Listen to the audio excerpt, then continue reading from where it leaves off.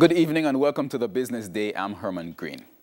MPC Caribbean Clean Energy has announced plans to go ahead with listing on the Jamaica Stock Exchange, JSE, and the Trinidad and Tobago Stock Exchange, TTSE, despite the lower than expected take-up from its initial public offering, IPO, which officially closed today. Subject to approval, the company says it will move ahead with the cross-listing.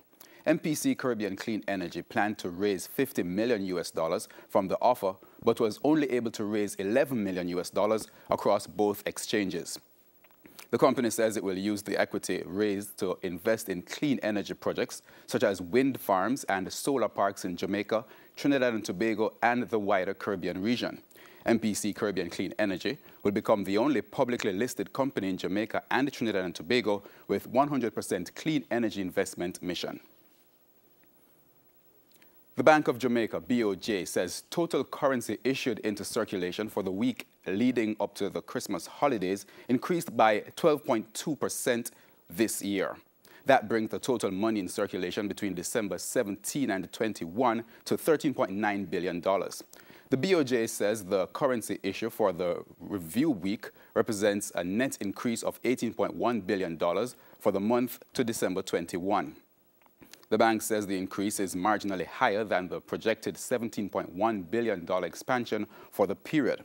As of December 21, total currency issued amounted to $126.1 billion. The increase is deemed broadly in line with increased consumer activity over the festive period.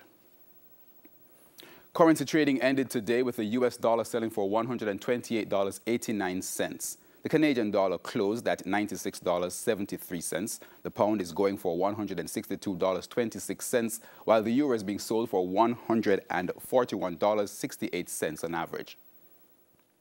Oil prices traded lower today. Oil for delivery in January went down by $2.75 to settle at $42.70 a barrel.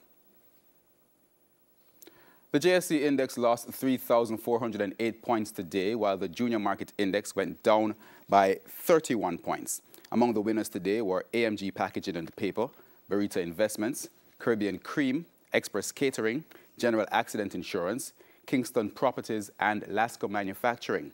On the losing side were Blue Power Group, Cargo Handlers, Elite Diagnostic, Grace Kennedy, Honeybun, Indies Pharma, Jamaica Broilers, Kingston Wharves, and Lasco Distributors. And that's the Business Day. I'm Herman Green. Good evening.